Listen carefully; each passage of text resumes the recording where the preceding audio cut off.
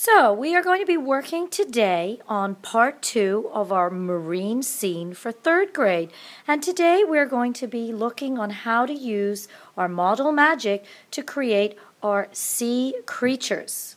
The tools you're going to need today are a pair of scissors, maybe a pencil, some model magic, and maybe a lollipop stick or a straw to make decoration. The other items you get to use are some texture sheets. Now, model magic comes in a bag like this, and we are going to be cutting it up into sections for you to use. So let's start with some simple shapes that we're going to work with. So the first one I'm going to show you how to make is the starfish. So you're going to start with a small ball. You don't need very much at all. And you roll it, and you press it. I probably don't even need as much as this. I can take some off. Roll it into a ball. Now I'm going to flatten it with my thumb or my fingers to make a circular shape. Now, this is where the scissors come in. I'm going to snip small little cuts around the edge so there is 5, like you can see here. 1, 2, 3, 4, 5. Then what I'm going to do is I'm going to squeeze them together, and this is making the arms of my starfish. Here we go. And I might want to flatten it down and shape it the best I can. And you guys are going to do a much better job than this. So here's a starfish. Now the next one we can look at doing is a fish. Again, you only need a small piece of this, really very small. I'm going to roll it, and I'm going to flatten it, like so, into a cookie shape or a circle. Now what I'm going to do is I'm going to get my scissors, and I'm going to chop it in half. When I chop it in half, I'm left with this shape. From here, what I can do is I can cut a piece of pie from the other half, and I can stick it on here.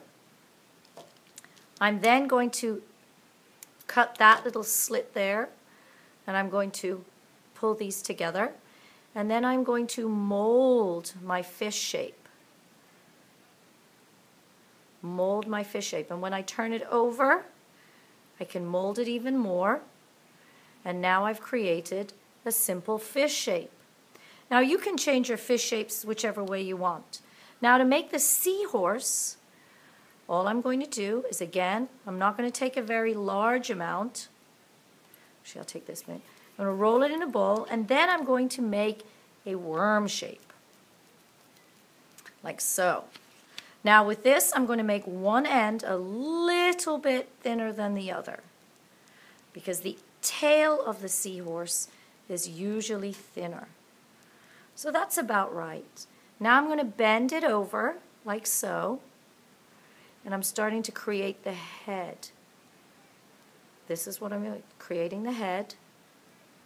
And then what I'm going to do is I'm going to pinch the edges to make its crest or frill, like so, all the way down as far as I would like it to go. And then I can either turn my seahorse tail out, or I can turn my seahorse tail inwards, depending on which way I would like it to go. Now once I have done that, I can add some eyes, and this is where your pencil can come in, and you can pop a hole for the eye. And you can keep molding it until it looks like the way you want it to look. We have these pipe cleaners for you to add scales or texture to your fish. I will do it down here.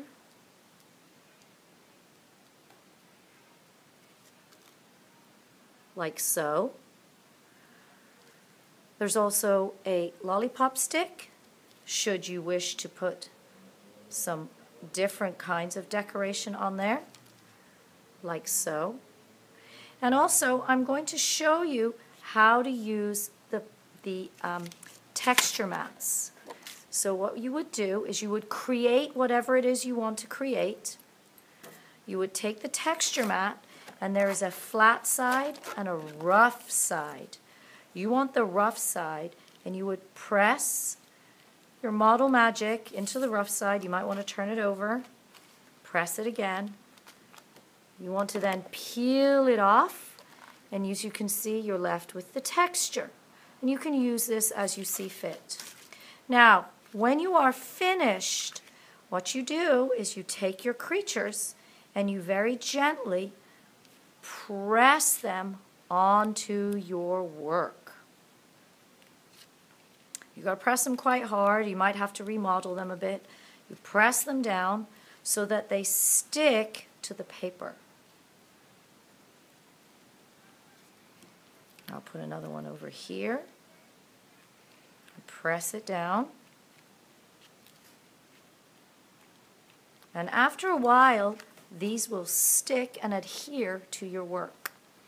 And don't forget, you can do whales or turtles, even sea anemones. And we also have the handout for you to use where you can have some ideas if you need more help. And that is the end of part 2.